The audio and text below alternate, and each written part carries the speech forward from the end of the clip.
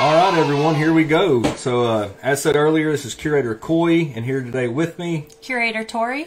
And today we're going to be covering the 5th episode of Facebook Live Kids Edition, which is Time Out Bear Denning Behavior. Before we get going here, I just wanted to put our flyer up to remind everyone how often we do these classes. So they are every Tuesday at 2 p.m. And we still have at least, I think, 3 more episodes to go over. And like I said, this is our 5th one. Been doing them every Tuesday at 2 so far. So just what we would like to do is go over a quick recap of the things that we've learned so far together. So if you weren't around for the first episode of Facebook Live Kids Edition, we went over bear hardware, the teeth and claws.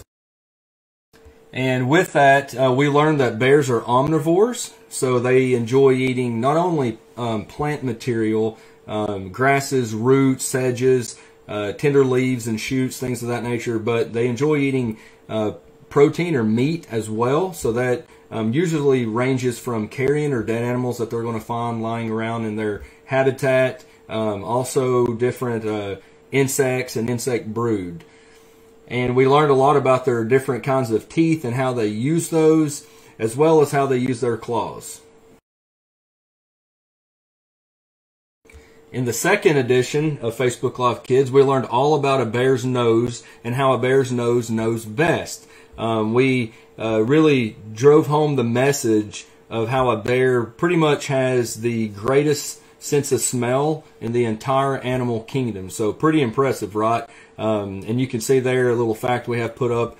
It has been said that bears can smell 7 times greater than a bloodhound. So really, really remarkable. We also went into how a bear uses their nose to find food and different resources, but how it could also get them into trouble. And so things that we as humans definitely want to try to avoid and mitigate to keep bears and ourselves safe. In the third episode, we went over bear hair, and we talked about guard hairs versus insulating hairs, and the differences between the two, and how those both are useful for bears as well as other mammals. In the fourth episode, so just last week, we talked all about a bear's diet. A big misconception that's out there for folks who are not don't really follow bears and their behavior and diets is that they eat, or they're really carnivorous. They're truly carnivores, so they eat mainly meat. For those of you who were around last week, you learned that is definitely not the case. Black bears eat around 85% plant material, with the other 15% coming from carrion, insects, insect brood, things of that nature. And if any of you are interested, all of these videos are being uploaded after we finish them to our YouTube channel. So if you missed one for whatever reason, please take the time to go back and watch them. We do put a tremendous amount of time into these, and we hope that they are a great tool to educate the public, and they're fun as well. So if you have any questions, we would love to hear from you. We would love to answer those questions.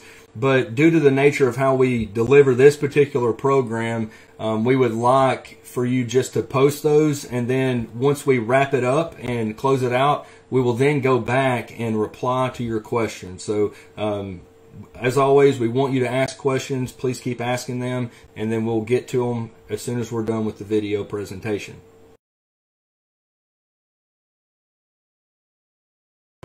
Alright, so today's episode is called Time Out Bear Denning Behavior. We're going to start here with a couple definitions. So what is hibernation? Hibernation is a voluntary state that an animal enters into in order to conserve energy, survive when food is scarce, and minimize facing the elements in cold winter months. Now, how many of you have heard of torpor? This is an involuntary state that an animal enters into as the outside conditions dictate. So torpor is a little bit different. It can last for shorter periods of time, sometimes just throughout the day or night. And what's the true difference between these two, and what do we consider bears? We all say bears hibernate, but is that true? So here are a couple more main differences to cover. Bears are not what we would consider true hibernators. They do experience a deep sleep. They den up in the winter, and that would be under the torpor category. And here are some of those main differences. So a true hibernator, such as a ground squirrel, bats, bees, or woodchucks, that's a voluntary state of sleep that they fall into, and it's triggered by day length, hormone changes within the animal. They go into a deep sleep, their body temperature is lower, metabolic rates lower, and they have a lot slower breathing and heart rates. And torpor is similar in that they also have a lower body temperature, metabolic rates, slower breathing and heart rates, but it's just not as slowed down as those true hibernators. So that's what we would consider a light hibernation. So they could awaken with more ease than those who are experiencing true hibernation.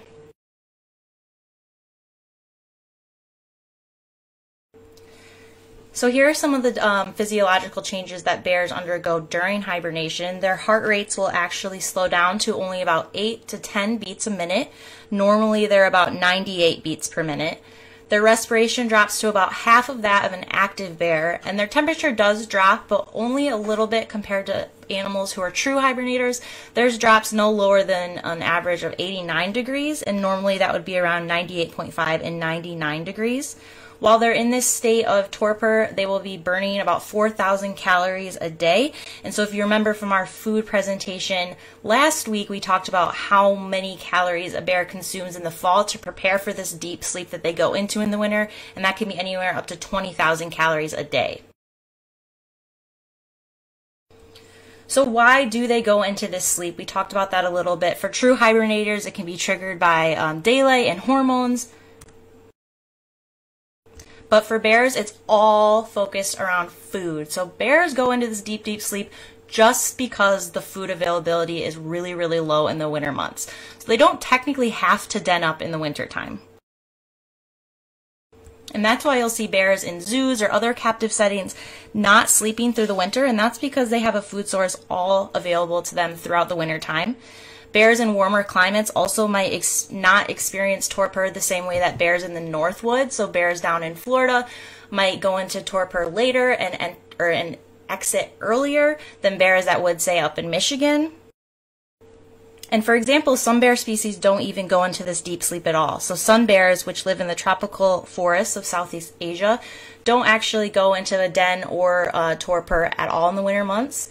And like I said again, bears really just depend on that food availability to tell them when it's time to go to sleep. So there's actually been studies that shown in Yellowstone that male bears who don't have to den up because they're not having cubs can survive all winter long simply by following wolf packs and scavenging off of their kills and just getting their food that way. So like I just mentioned, it is a little bit different for mother bears. So pregnant bears do still den no matter what the food source availability looks like, and that is because they have to have their cubs. And that's the safest place for them to be able to birth them and also raise them is in that den. So for example, in subtropical Florida, pregnant females will still den up for the short winter time period, even if males or not pregnant females won't den up.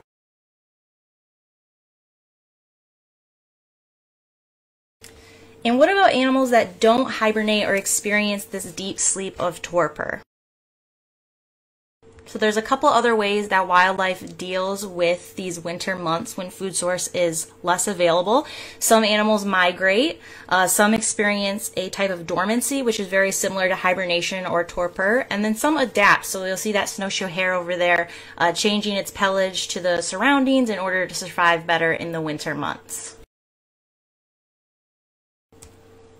Alright, so now we know a little bit more about hibernation versus torpor, and we're going to play an activity. I want to keep you guys really engaged during these kids programs. So over the next couple of slides, I'm going to have a statement about bears in torpor, and see if you think that it is fact or fiction, and please feel free to comment on our posts as we go through these.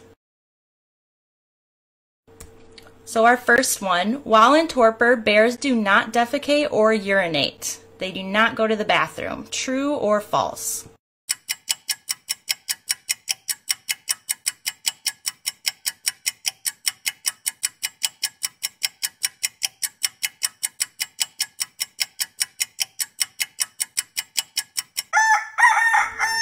And that is true. So bears, the entire time that they might be sleeping or denning up throughout the winter, do not have to use the restroom. Instead, a bear's urine is recycled and they reabsorb it through the bladder wall back into the bear system, where it can be used again as amino acids and protein. Our next one is mother bears give birth to their cubs while asleep during torpor.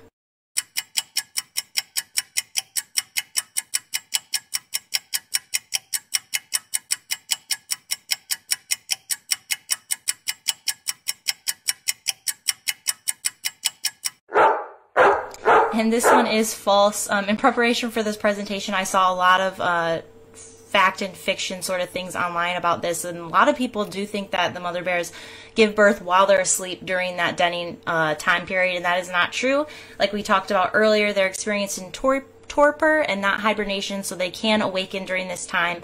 They definitely awaken to give birth and take care of their cubs.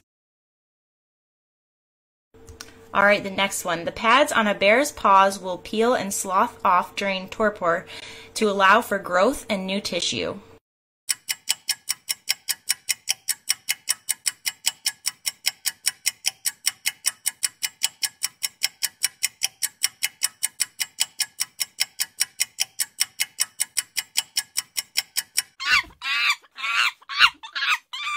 And this one is true. This is actually something I learned when putting this presentation together.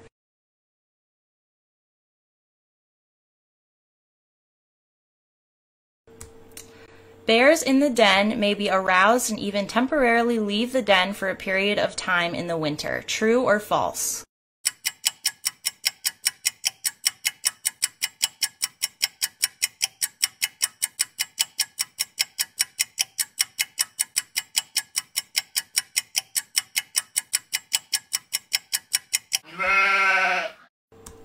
And again, just hitting home that fact that they are not true hibernators, so this is in fact true. Bears can be aroused and awakened while they're in the den during the winter months, and even leave their den for a period of time. Alright, so bears run the risk of their bones becoming thin and brittle due to inactivity in the winter months. True or false?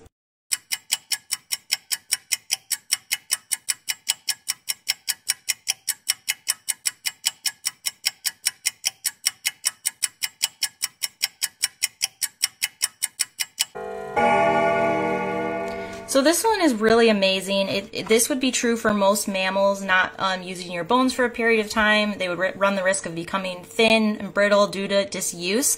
However, bears don't experience those same negative effects of disuse to their bone structure. And to be honest with you, scientists still aren't 100% sure why, and that's why this is so interesting. The closest thing I could find was from about 5 years ago, and a study believed that this was because they have the capacity to go through a two-step process, which basically removes the mature bone tissue, reabsorbs it in the body, and then new tissue is created through new formation. So kind of similar to how they recycle their urine during this time. But like I said, this one is still really, really new, and scientists still aren't sure, but they're studying it all the time, and I thought this was really interesting and amazing. All right, our next question of the activity is: sows with cubs emerge from their dens earlier than other bears so that mom can start replenishing her energy and weight loss from the winter time. True or false?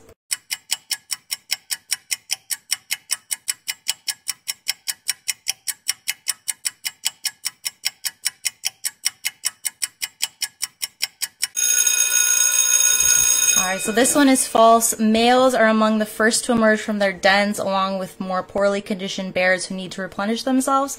But sows and their cubs will always be one of the last to emerge, just to make sure those cubs are as developed as they possibly can be to keep up with their mom and have the strength to climb trees and avoid danger. Alright, and this is our last one. It's going to lead into our next discussion. Bears prefer dens that are in caves. True or false?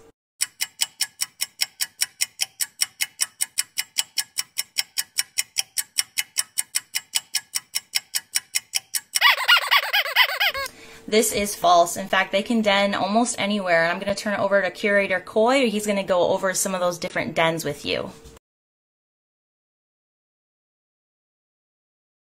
Alrighty. So, as Curator Tori was saying, bears don't just prefer to den in caves. You know, often you're going to see that depicted in cartoons and things like that. But on the screen there, you can see, especially here in the southeast, these are some options that bears are going to have. So they can den in a tree cavity. They can excavate a den just right into the ground, maybe underneath a stump, underneath a rock outcrop, you name it. But also, and this is pretty amazing, and I'm sure all of you all will agree, they could just den on top of the ground. So maybe they're getting rained on, snowed on, you know, the wind's blowing and the air's cold, but they're just sitting in kind of a shallow depression on the surface of the earth. So pretty neat. And I'm going to go through some slides and show you real bear dens that I've been able to go out and look for in all of these categories. So we're going to start off with tree dens. And so back in 2014, I enrolled in graduate school at the University of Tennessee, and I was fortunate enough to do this because I got to follow the fates of over 40 bears that were released here from Appalachian Bear Rescue. And so part of that included going out and trying to check for GPS collar fit to make sure collars weren't getting too tight, and among other things. And so I got to actually travel to the denning sites of these bears and note their den tops. So the way I have each slide set up is you can see the ABR bear number down there at the bottom. So for instance, this one's ABR 207. And then I have a picture that I tried to find within our archive of photos showing about what the bear looked like when it came to us, or maybe even in this case, that's the bear before it ever came here. So that's when it was discovered on the side of the Nolichucky River here in Tennessee. And then the next photo is going to kind of show you about right before the bear was released. So a couple things going on. You're going to get to see what den top that each bear chose, but also kind of see the transformation of the bear as it progressed through ABR's care. So another tree den here, and you'll see that there are several, as a matter of fact, and it's pretty neat here in the southeastern United States. Tree cavities are one of the #1 picks for black bear dens. They will den elsewhere, obviously, but and it showed up in my study. They really selected trees to den in, and you got to think about some of the reasoning behind that. If you're up inside of a tree cavity, you're safe from floods, you're safe from other predators that can't climb. If you're a mother bear and going to give birth to some really helpless little cubs that could wander out, or maybe come out of the den and be discovered by a coyote or other predator, these tree cavities are going to be extremely safe for bears to be in. And you'll notice going through some of these photos that the tree cavities that they select, it may just be a tree, say the whole top half of the tree fell over due to a storm of some kind, the tree starting to rot, you name it. So the holes aren't always going to be like you would picture in a movie, to where there's this perfect hole just on the side of a tree, and it's going to be hard for rain to get in, or snow, or just the elements in general. They're going to be fully exposed. So kind of like being on top of the ground, some of these bears will just ball up in a pretty small cavity and still be rained on and everything, same as a ground den. But the good thing about a tree cavity, if you think about a bear trying to thermoregulate, or in other words, trying to maintain their body temperature, the smaller the cavity, the easier that's going to be, the warmer that they're going to remain. And so bears have a really uncanny ability to get into very tight spaces. They're not like an octopus, if they can get their beak through something, a tube or whatever, they can get their whole body. But a bear, if it can get its head and, say, a front paw, you'd be amazed at the cavities that these guys can get into. So here's an example of one of those tree dens that ABR 216 selected. This is kind of like a tree that just was broken off. Some people may call this like a chimney, but this is the one that it chose. And you can obviously see when this bear came to us, it was not dead, but it was very close. That little female had just been struck by a vehicle. So amazing transformation there, and she got to go back to the wild and find herself a nice little den. More and more tree dens. There's one, and all the openings pretty much look different. So instead of like kind of rounded out, that one's long and narrow on the width. And that is not the bear standing at the base of that tree. That's actually Curator David.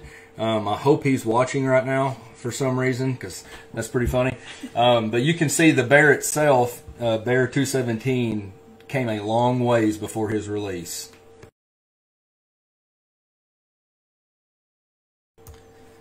So another example of a tree den. It's one of the broken off ones, but it still has a hole in it. And so this particular tree den was pretty fun to go to.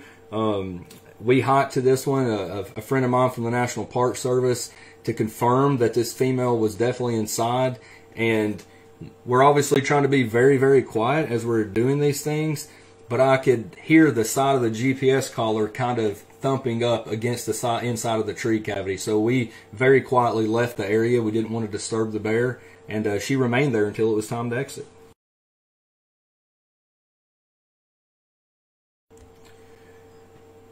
Another example of a tree den from this male bear here, 224, on the side of a sloped area.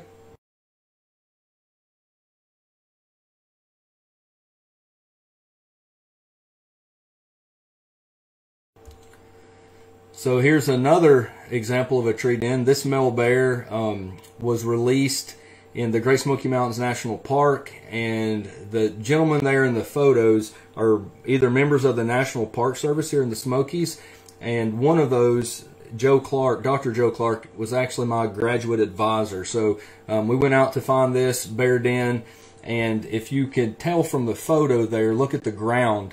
This is the winter months, so you're not going to see leaves and what have you. But this is also the time of the year in 2016, right after the wildfires came through. So everything had been extremely just torched, and the earth just really charred. And so that's why that appears that way. But this bear was in the vicinity of that fire perimeter and found him a safe den to go to.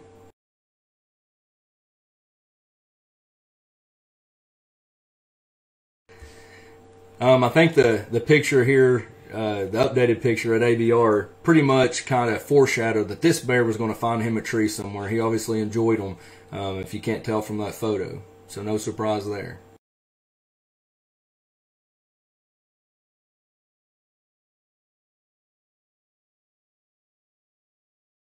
Another tree den.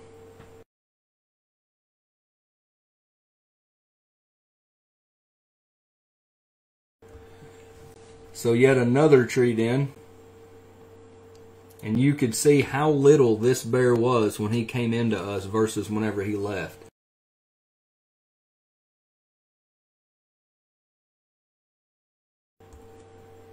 So this bear here, 257, is actually the female sibling of the little male I just showed you. Both of them selected tree dens, and you could tell that the chimney top tree den that she selected what had been burned in the past. Inside of the tree, it was just charred, where there was some prescribed fire in this particular location. Alrighty, so obviously lots of tree dens. Let's move over to excavated ground dens. So here's a bear that was also within the fire perimeter of the 2016 wildfires that ripped through the Great Smoky Mountains National Park area and all of over Sevier County. And you could see, again, the earth is just completely charred. And so when I went up to actually hike back in the backcountry to note where this bear was and confirm he was there before we went back to check his collar, it's just the ground was ash and it was frozen, so, and very slick. And this is pretty high up. But this little bear here found a root ball from a tree that had blown over at some point and just excavated himself a little hole in there. And you could see he's at ease being inside there.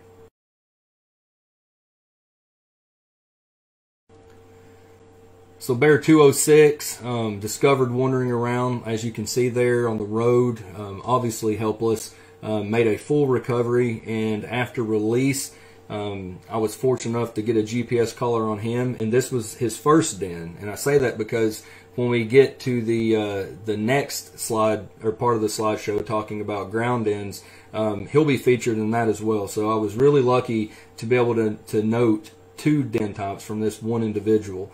But you could see, hopefully, I've got a flashlight kind of shining on an opening there underneath all of that vegetation and growth in the ground, where he just dug himself a little hole and crawled back in there. And I had a extremely difficult time actually locating this den.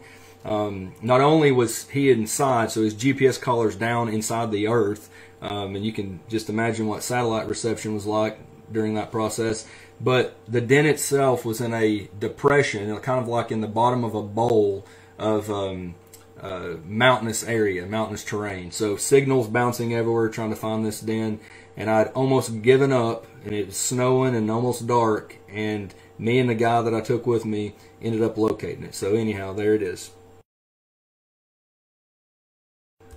Alrighty, so not a whole lot of those. We'll move over to ground nests. And you can see here, this female bear that was brought to us was in pretty bad shape and made a great recovery herself. And my buddy from the National Park, Ryan, and I hiked up and we scouted out to find her den site there. She did not leave her pocket knife whenever we arrived. That's actually Ryan's. A lot of times, and you may say this in a few more slides moving forward, we will do things like that to kind of note the scale or the width and just the general size of the den, just to have some reference point. Here's another example of a ground nest, although this particular one was tucked underneath a rock outcrop. Obviously it was snowing that day, and this male bear here found himself an awesome den. And you'll notice whenever we're going through these ground nests, there are no bears present. And so when you're doing research and you're trying to note den type, you're very cautious about making excessive noise, and just what you step on, what you can and can't step on, and talking. All of that is minimized to absent. However, it never fails that bears have an excellent sense of hearing, or a pretty good sense of hearing, but an excellent sense of smell. So it's just, we can't fool that. And sometimes you'll do what we biologists will call, you'll blow them off the den. And so that's what's happened here. So bear 214, a beautiful bear, very dark muzzle and face, made a great recovery, and he just decided that he was going to rest on top of the ground in a shallow depression of leaves, so at the base of a tree there. So maybe next time you're hiking through the woods, hopefully you're not looking for bears, but if you see something like this by chance, you may think twice about it. One of my favorite dens that I was able to be a part of was the second den that this little guy went to. Remember I told you all earlier that I got to see 2 of his dens. One was an excavated ground den, and this one here is it's actually a ground nest, but it's underneath this just huge brush pile. So I think back to being a kid and building forts and stuff, and I was pretty jealous that the bear had built one better than I ever did. So now I'll play a short little video clip actually showing me going in. So what I'm doing right here is I'm making sure the bear's not in there, but I'm here to retrieve the GPS collar. So we had programmed the collars to pop off or fall off of the bear at a given time point, and obviously they're expensive, so we want to go back and collect those. So that's what's going on.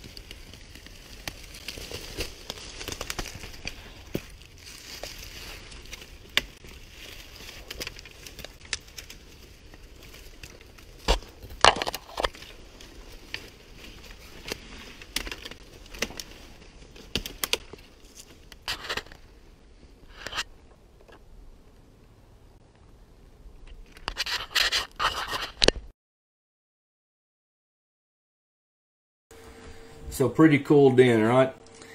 So now this little guy here, it was a crazy story about him coming in. Believe it or not, Dr. Sullivan is staring at the bear he's staring at up there is bear 248. When he came to us, that's the same day, and he weighed less than 10 pounds. So this is a year-old bear, if you could imagine. It looks like a tiny cub. So very emaciated and just on its, actually past its last leg. I mean, this bear was definitely not going to make it through, but thankfully folks were able to get him to us, and we were able to work it out for him. But anyhow, that is hard to tell from that photo. I realize that's the best one I actually had of it, but that little depression is where this bear was laying whenever I went to check on him. So this is a pretty cool nest that Curator David and I got to go to when he was still with TWRA. Bear 211 made a full recovery, obviously, and she built herself an awesome ground nest at the base of this hemlock tree and utilized, obviously, a lot of rhododendron leaves. So you can think of these ground nests sometimes as just being huge bird nests. You know, they'll go by and pick off twigs and branches of various species and really build themselves an awesome little nest. So this is another drop collar, or a time drop that I had programmed the collar to come off, and we were able to go get it. And it was pretty far back in the mountains, but you can see he had just a little area in the grass there where he had been lying. And you can't tell from this photo, but the area immediately around this is very, very thick mountain laurel, like a mountain laurel thicket. It was almost impenetrable, but we were able to find a way in there, so he was pretty secluded.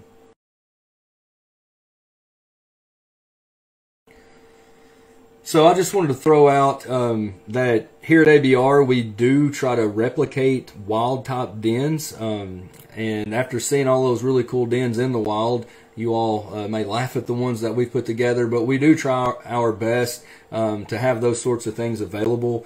We are not in business to try to force den bears every year. It's something very new to us. If you followed us long enough, you know that we actually tried that this past denning season.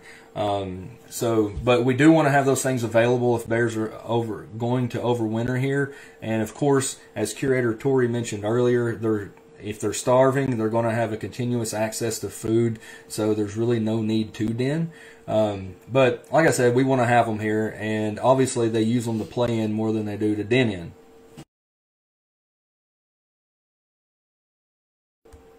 So I'm about to play one of my most favorite videos that I have.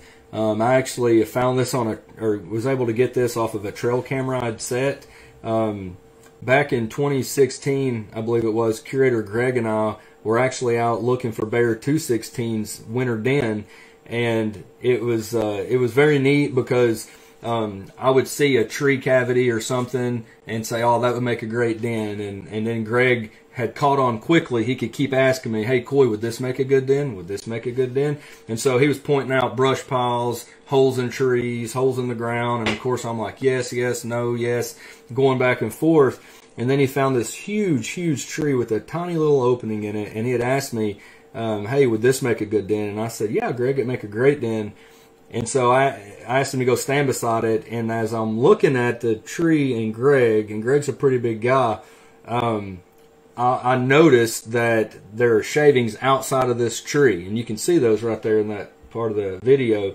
And then I saw some claw marks, and I very quietly asked Greg to leave the area as quietly as he could, and I shined my flashlight inside, and sure enough, there was a bear denning in there. So we actually stumbled across a bear den, going to look for another bear den, and I took the opportunity, seized it rather, to set up a trail camera and wait about a month and a half, 2 months or so to get this footage. So this is an actual wild bear exiting its den. I wanted everyone to really see firsthand what that looks like. And this hole, just so that you know, I don't know how many of you are familiar with seeing me on videos and stuff.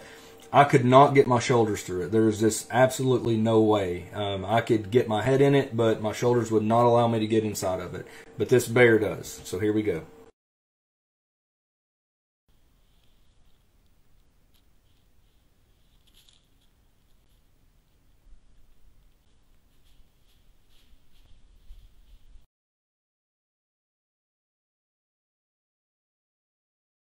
So that was pretty cool to actually get to see that. I hope you all enjoyed that. So up on the screen now, obviously ABR Bear 300. If you were following us for a while, you know this bear, but he was only here for a little bit, and there's good reason behind that, and I'm going to go over that. Whenever we get a bear in and we have the opportunity to foster that bear out, we're going to seize that opportunity. But before I get into that, I'm going to let Curator Tori talk a little bit about the general cycle of how a cub is, or when a cub is born, and how long they stay with mom.